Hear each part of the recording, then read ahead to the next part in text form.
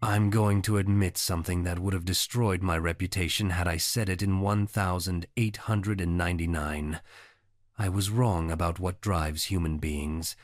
Not slightly wrong, fundamentally wrong. Yes, we are driven by pleasure and the avoidance of pain, but I missed the third force entirely, and it's this third force that's now activating across millions of people simultaneously. I discovered it not in my consulting room, but in my own crisis at age 79, when my jaw cancer forced me to confront a question I'd spent 50 years avoiding. What if suffering isn't the opposite of the golden age, but its prerequisite? What if we've finally suffered enough to be ready? You're here because something feels different lately, not just in the world, but in you. Maybe you've noticed you can't tolerate the same lies you used to tell yourself. Maybe you're exhausted by performances that once felt effortless. Maybe you're experiencing what feels like a breakdown, but some quiet voice whispers it might be something else entirely. I want you to know that I see you. I've been seeing people like you, one after another, for 3 years now, and the pattern is unmistakable. Let me be clear about what I'm offering you today, because it's not what you might expect from someone who spent his entire life mapping the architecture of human suffering. I'm not here to tell you that everything is going to be easy. I'm not here to promise you that the world will suddenly make sense or that your pain will evaporate like morning mist. That would be a lie, and I've told enough lies in my lifetime, mostly to myself. What I am here to tell you is this. You've been told the golden age is about transcending your darkness, ascending beyond your animal nature, finally becoming spiritual or healed or somehow better than what you are. That's not just wrong. It's the very obstacle preventing its arrival. It's the lie that keeps you fractured, split, at war with yourself. Here's what I've discovered, and I mean discovered in the most literal sense, like an archaeologist uncovering something that was always there but buried.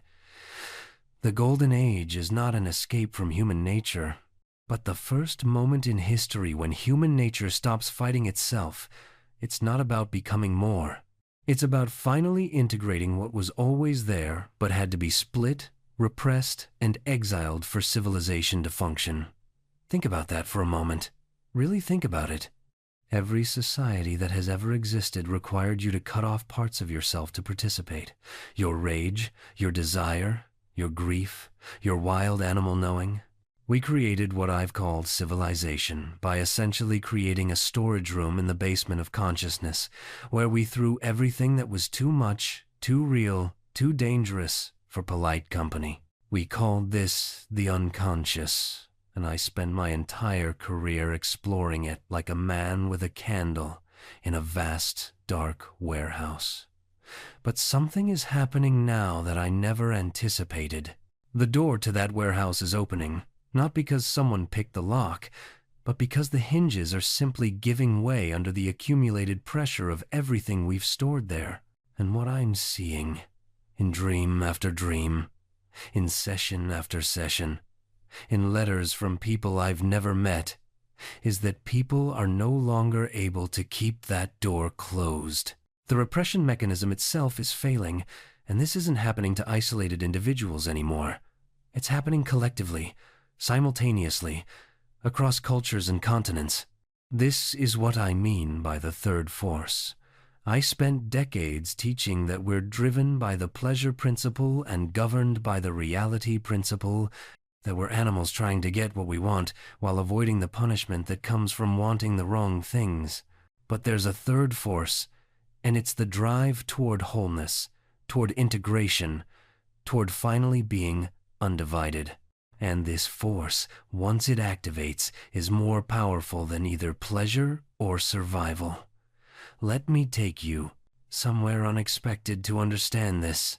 I want to tell you about something that happened in my study just 14 months ago. Something that changed everything I thought I knew about what's possible for human consciousness. I have, in my possession, dream journals spanning 40 years. Some are my own. from the early days when I was still trying to decode the logic of the unconscious. Most are from my patients, donated to my research with their permission, each one a window into the private theater where the soul speaks in images. For decades, these journals showed consistent patterns. The dreams had a grammar, a structure. People dreamed of houses with locked rooms. They dreamed of being chased by figures they couldn't name. They dreamed of their fathers, their mothers, authority figures who loomed and judged and withheld approval. They dreamed of nakedness in public, of falling, of failing examinations they hadn't studied for. This was the landscape of the unconscious as I knew it, full of anxiety, guilt, and the endless attempt to escape from something nameless and terrifying. I spent decades learning to read these dreams like a linguist decoding an ancient language. The house is the self. The locked room is the repressed memory. The monster chasing you is the part of yourself you've disowned. This was science, or as close to science as we could get when exploring the invisible architecture of the soul. But 14 months ago, I did something I hadn't done in years. I sat down with these journals not to analyze individual dreams, but to look for patterns across time. I wanted to see if there were shifts, historical changes in what people dreamed about. Perhaps, I thought, the dreams of people in the 1,920 seconds would differ from those in the 1,950 seconds, reflecting the changing anxieties of the age. What I found made my hands shake as I turned the pages. Starting approximately in 2019, maybe 2020, the grammar changed. Not in one or two journals, in dozens, then in the letters I was receiving from colleagues who were tracking their own patients' dreams. The traditional symbols were still there, the houses and the authority figures and the monsters, but something fundamental had shifted in how the dreamers related to them. Let me give you a specific example, because this is too important to speak about in abstractions. I had a patient, a banker, a man who had been seeing me for years to work on what he called his ruthlessness in business. He was successful by every external measure, but he came to me because he couldn't sleep, couldn't feel, couldn't connect with his wife or his children. In his dreams, for years, he was chased by a dark figure, a man made of shadow who wanted to devour him. Classic. The shadow self, the disowned aggression and hunger, pursuing the conscious ego. We worked with this dream for months, trying to understand what he was running from. Then, in March of last year, he came to me with a different dream. In this dream, he stopped running. He turned to face the shadow figure, and instead of fighting or fleeing, he invited it to dinner. And here's the extraordinary part. In the dream, the shadow man sat down across from him, and they ate together. My patient told me he took a piece of bread, and the shadow man took a piece of bread, and they chewed in silence, looking at each other. And then, my patient said something that made me lean forward in my chair. He said, and then I realized we were eating the same meal from the same plate, and I understood that he wasn't trying to devour me. He was starving, and I was starving, and we'd been keeping each other from the table. When he woke up, he told me he wasn't terrified. He was laughing. Not nervous laughter, but deep, genuine laughter. The kind that comes from relief so profound it borders on joy. He said it was the first time in years he'd felt actually hungry for something. Not that gnawing anxiety disguised as ambition. Not that constant, low-grade panic that tells you you're never doing enough. Real hunger. The kind that says, I want to eat, I want to live, I want to taste something. And here's what I find endlessly fascinating about this moment. The moment he stopped running from the father, he didn't suddenly become weak. He didn't lose his edge, his intelligence, his capacity for achievement. If anything, he became more potent, because now his energy wasn't being siphoned off into an invisible war. Now he could actually use it for something real. The father complex doesn't make you strong by staying locked in combat with it. It makes you exhausted. It makes you perform strength while feeling hollow. True strength comes when you can finally say, I don't need to prove anything to you anymore. I don't need your approval, and I don't need to destroy you. I can just be. I see this pattern everywhere now. Young men who can't rest, who treat every moment of relaxation like a moral failure, who feel guilty for enjoying anything that doesn't advance them towards some imagined finish line. They're not driven, they're haunted. There's a difference. The driven person moves towards something they love. The haunted person runs from something they fear. And you can run for years, decades even, before you realize the thing you're running from is always the exact same distance behind you, because it's not behind you at all. It's inside you. It's the internalized voice that says, you're not enough. You'll never be enough. And if you stop moving for even a moment, you'll be exposed as the fraud you secretly believe yourself to be. This is the father's ghost. And it doesn't matter if your actual father was harsh or gentle, present or absent. The father complex isn't about the man who raised you. It's about the principle of judgment, evaluation, worthiness. It's about the part of you that's always watching, always measuring, always finding you lacking. And the terrible irony? The more you try to appease it, the stronger it gets. Every achievement you rack up in its honor just raises the bar higher. You thought if you finally got the promotion, the recognition, the success, it would quiet down. But it doesn't. It just recalibrates. Now you need the next thing, and the next thing, and the next thing. My patient, the one who dreamed of his father, he started noticing something after that dream. He'd catch himself in these moments of performance. He'd be at dinner with his girlfriend, supposedly relaxing, but he'd realize he was still performing. Performing being relaxed. Performing being present. Everything was still a test he was trying to pass. So he started doing something radical. When he noticed that performance energy kick in, he'd stop. Just stop. Not dramatically, not making a big production of it. He'd just let it go. Let himself be boring. Let himself be mediocre at being present.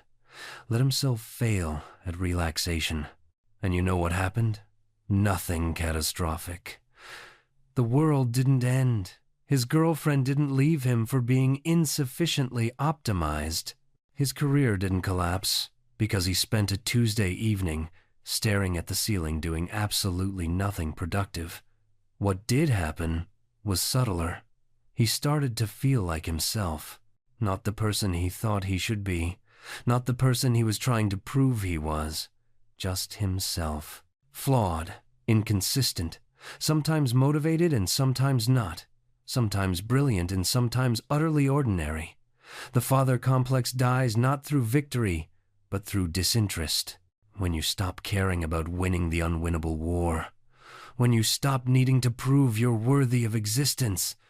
Because here's the secret they don't tell you. You don't earn the right to exist. You already exist. That's not a reward for good behavior, it's the starting condition. And yet, we spend our entire lives trying to prove otherwise. We twist ourselves into shapes we think the world demands. We collect accomplishments like shields, hoping they'll protect us from the verdict we fear most, that we are, at our core, unworthy. I watch this in my consulting room every day. The woman who cannot rest, because rest feels like theft. The man who apologizes for taking up space in conversation. The child, now 40, who still hears their parents' voice saying times you should be grateful, times whenever they dare to want something. What did gratitude become in your house? Was it a genuine feeling? Or was it a toll you had to pay? A script you performed so the adults wouldn't withdraw their affection? Because here's where it gets truly insidious. The demand for gratitude, the constant reminder that you should be thankful, it doesn't actually teach gratitude at all. It teaches times, performance, asterisk. It teaches you to monitor your face for the correct expression, to modulate your voice to the right pitch of appreciation, to never, ever reveal what you actually feel, if what you feel is disappointment, anger, or the simple human experience of wanting more. Real gratitude flows naturally from satisfaction. But enforced gratitude? That's just another word for silence. They tell you to be grateful for the roof over your head, but they don't mention that every time's parent is legally obligated to provide shelter. That's not generosity, it's baseline compliance with the law. You don't owe eternal debt for receiving the minimum requirement of care. They tell you to be grateful they didn't hit you more, didn't yell more, didn't abandon you completely, as if the absence of additional abuse is a gift worthy of your undying thanks. This is the arithmetic of deprivation. When you're starved long enough, crumbs look like a feast. When you're hurt badly enough, less hurt feels like love. And you learn to recalibrate your expectations downward. You learn that wanting things, basic things, human things, is greedy. That naming what you needed but didn't receive is ungrateful. That the past should stay buried, because bringing it up only causes drama. But here's what they're really asking when they tell you not to dwell on the past. They're asking you to protect times from the consequences of their choices. They're asking you to carry the weight of what happened so they don't have to feel the discomfort of facing it. Forgiveness becomes obligation. Understanding becomes your job. And somehow, impossibly, you become responsible for managing their feelings about the pain they caused you. I want you to consider something radical. What if you stopped? What if you stopped performing gratitude you don't feel? Stopped protecting people from their own history? Stopped shrinking yourself to make room for their comfort? What if you simply existed with your needs, your anger, your complicated, contradictory feelings about people who both loved you and hurt you, who gave you some things while withholding others? Because that's the truth they can't accommodate. That you can love someone and still be angry about how they treated you. That you can appreciate what they provided while grieving what they couldn't. That memory isn't betrayal, it's just honesty. The therapist's office teaches us this complexity, but so does literature, so does art. So does any honest conversation between two people who've lived long enough to accumulate contradictions. Shakespeare understood it. His greatest characters contain multitudes.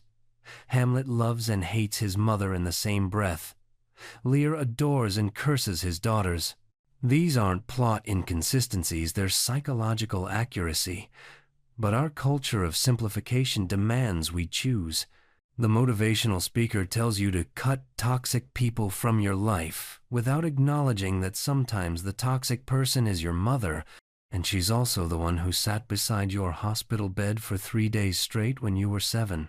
The self-help book instructs you to release resentment, as if feelings were balloons you simply let go of, rather than tangled, roots that require patient, painful excavation. I watch people torture themselves trying to feel one pure thing. They come to me saying, I shouldn't still be angry, they did their best. And I ask, who told you these were mutually exclusive? Your father did his best times, and times his best wasn't enough. Both true. Your mother loved you times and times. That love was sometimes expressed through control that damaged you. Both true. They gave you everything they had times and times. What they had wasn't what you needed. Both true, true, true. This is what emotional maturity actually looks like, not the resolution of ambivalence, but the capacity to hold it. To say, I'm grateful for the sacrifices you made, and I'm angry about the ways you hurt me, in the same sentence without your psyche fracturing from the contradiction. To attend the funeral and genuinely grieve while simultaneously feeling relief that certain patterns end with them.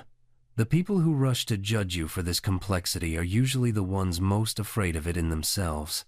They need you to be either devoted or estranged, because your middle ground threatens their own fragile certainties.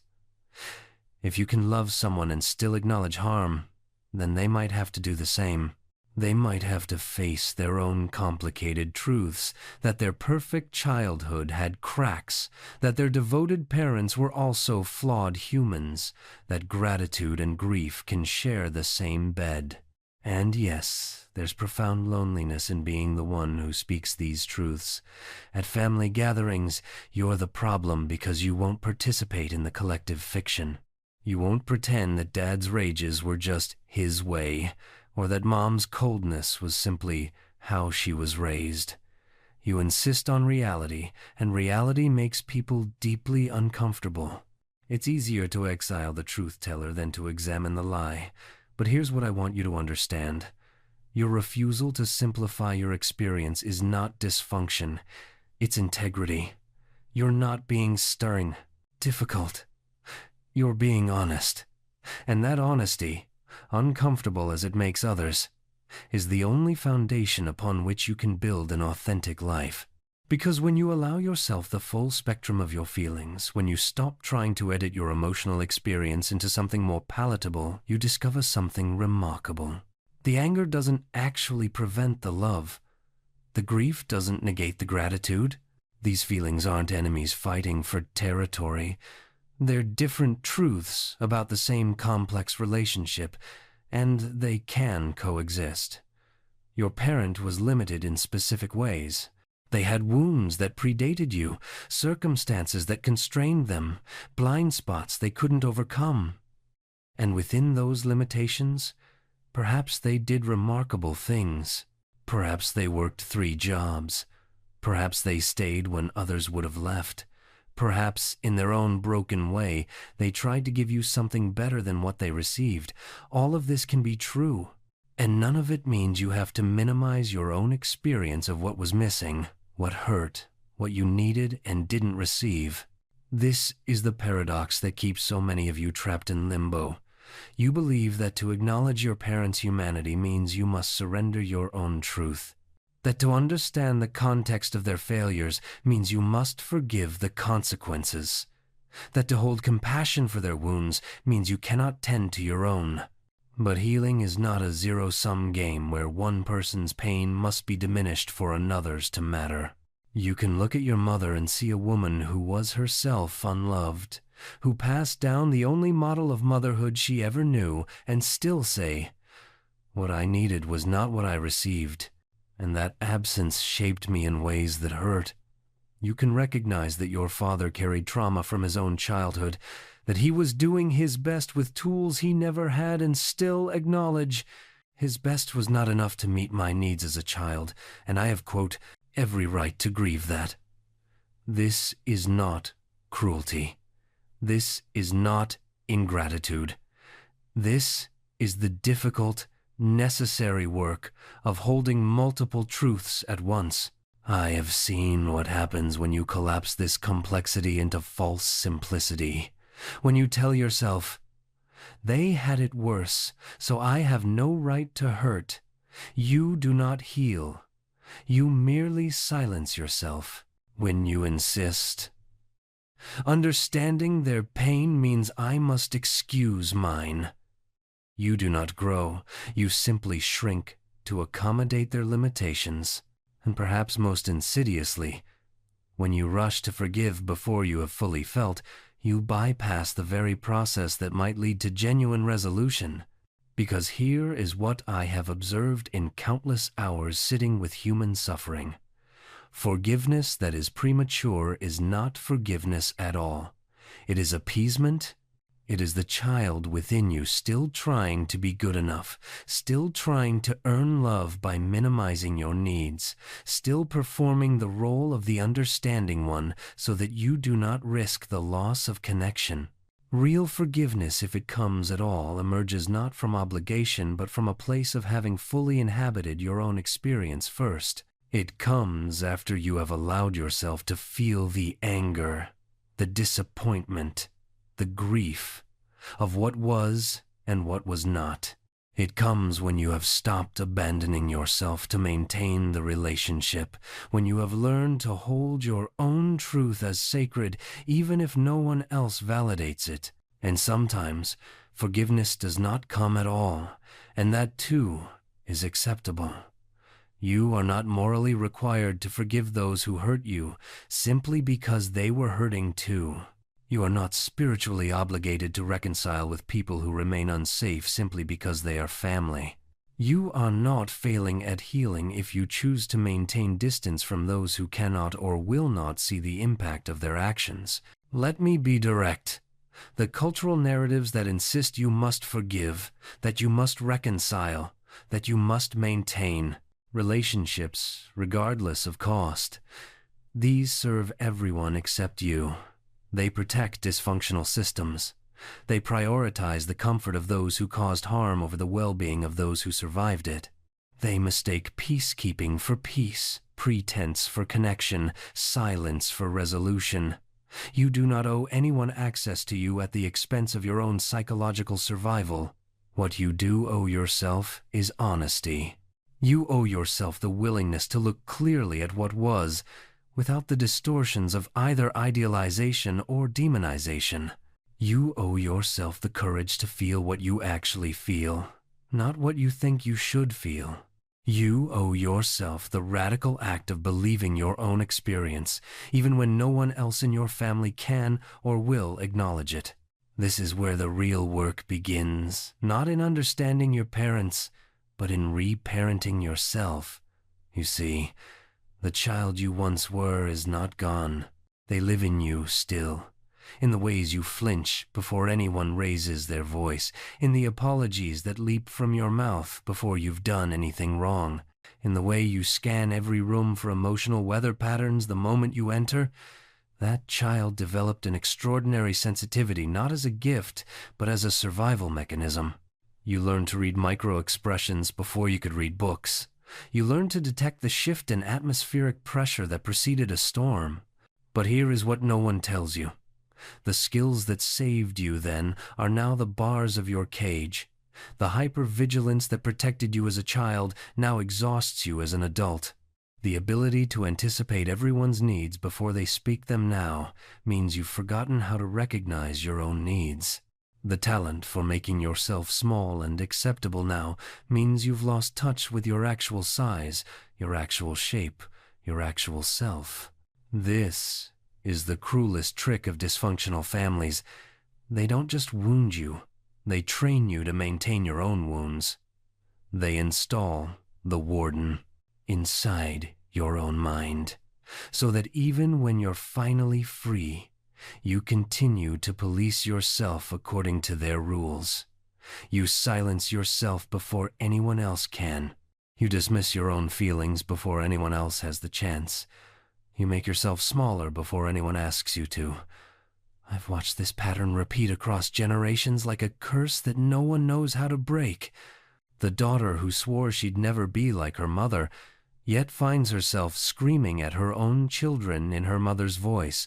The son who promised himself he'd be different, yet discovers he's replicated the same cold distance his father maintained.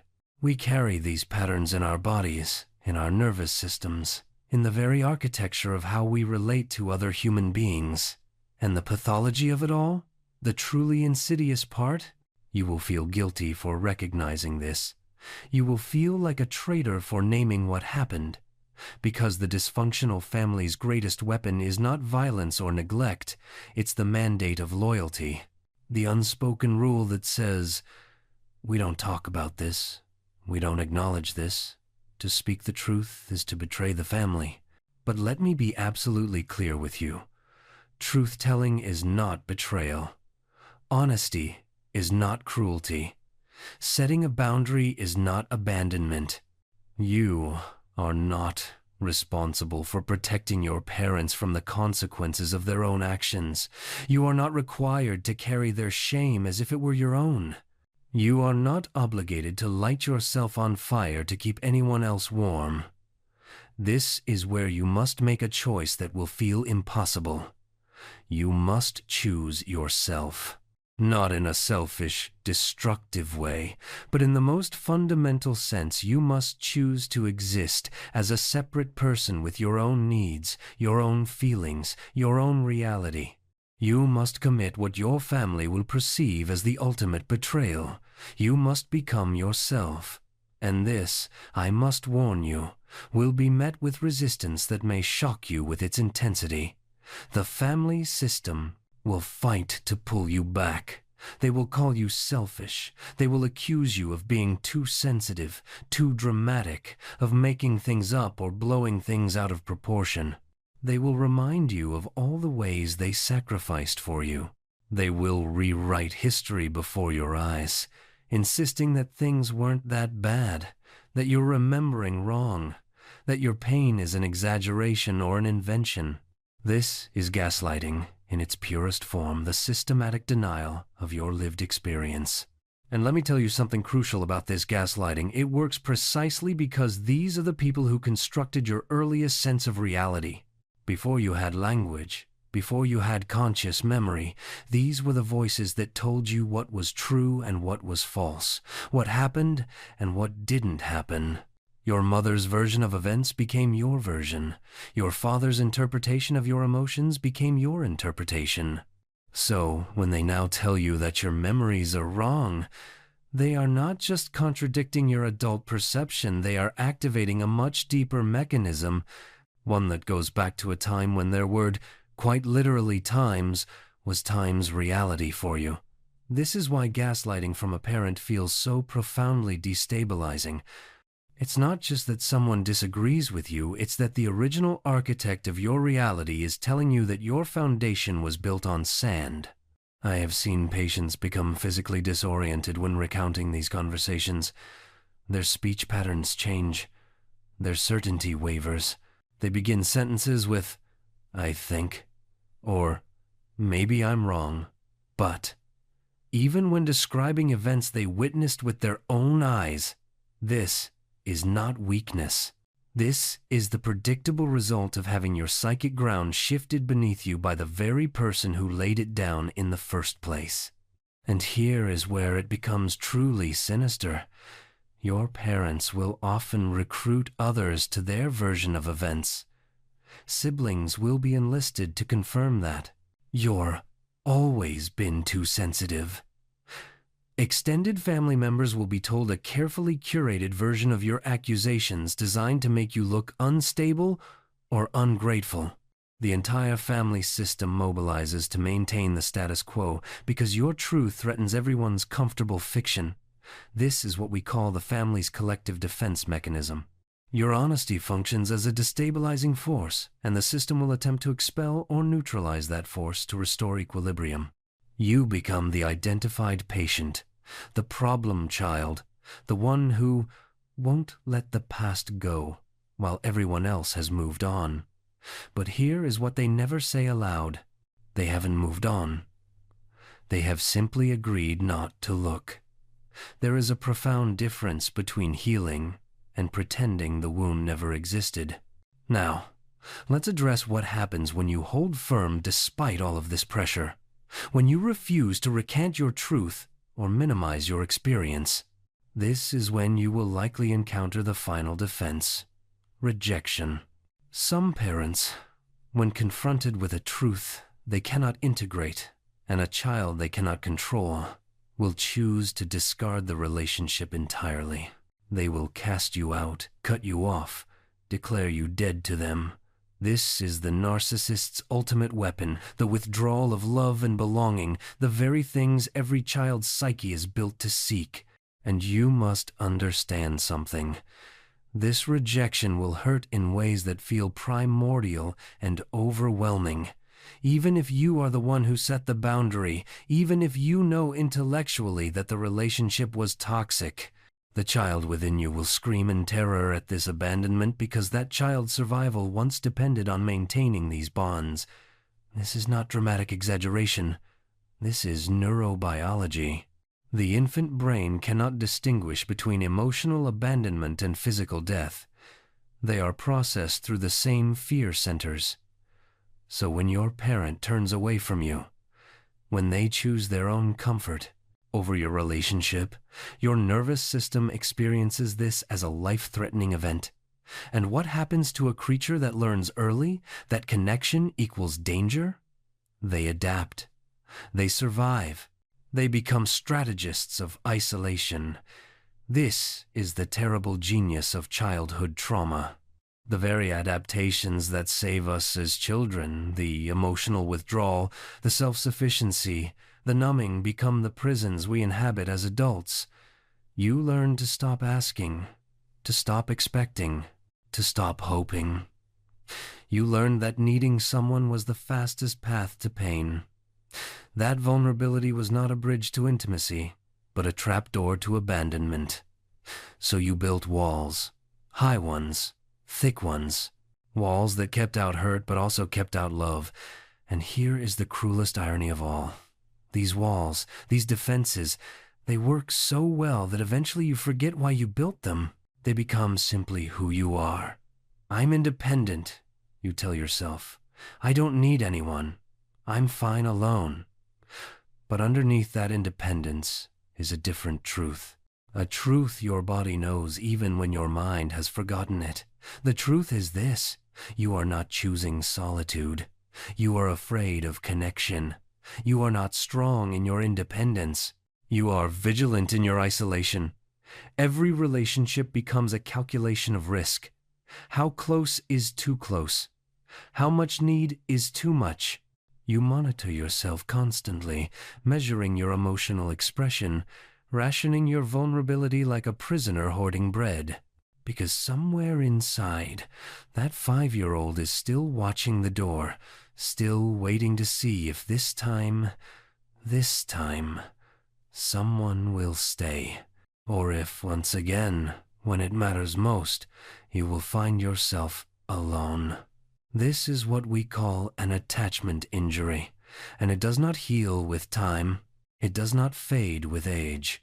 It adapts, it disguises itself. It wears the mask of maturity, but it remains. I have seen it in the most successful people, the ones with impressive careers, beautiful homes, admirers.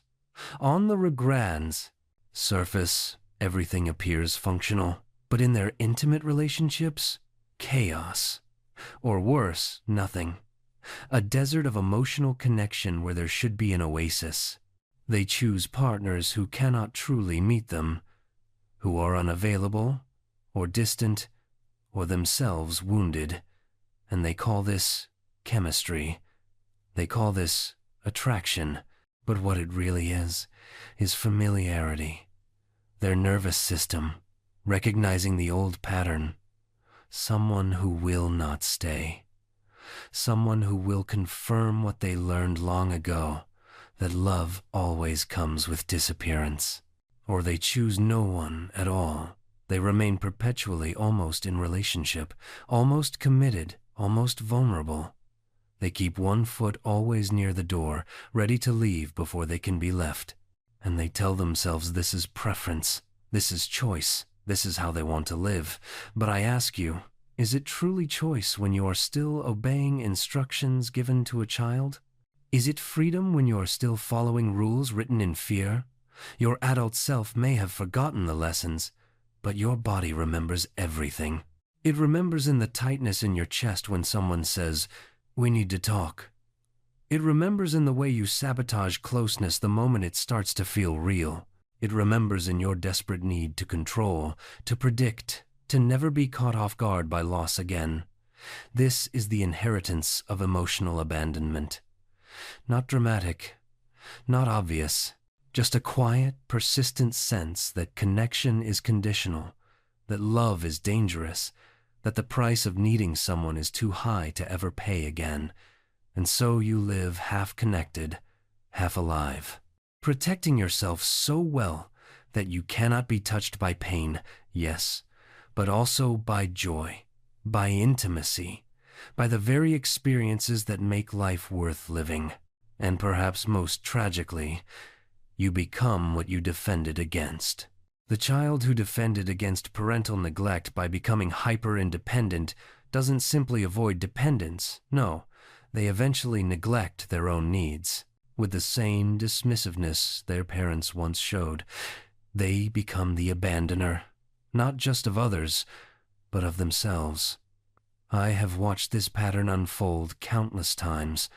The woman who defended against her father's rage by becoming perfectly compliant, utterly agreeable, eventually finds herself enraged at her own children for the smallest infractions. She has become him, the very thing she spent her childhood protecting herself from. It is as if the psyche says, if I cannot escape this threat, I will embody it, I will become it. Then at least I will understand it, control it, predict it. This is identification with the aggressor in its purest, most painful form. And here we arrive at perhaps the most important question.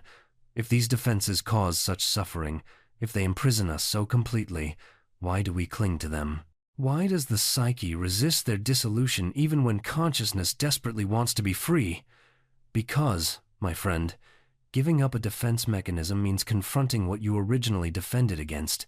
It means returning to that moment of unbearable vulnerability and finally feeling what you could not feel then. The fortress must fall, yes, but falling, it reveals the wounded child who built it, and that child must be witnessed. Their terror must be acknowledged. Their pain must finally be felt. This is the work of true transformation, not positive thinking, not affirmations, not covering the wound with prettier bandages. The actual work.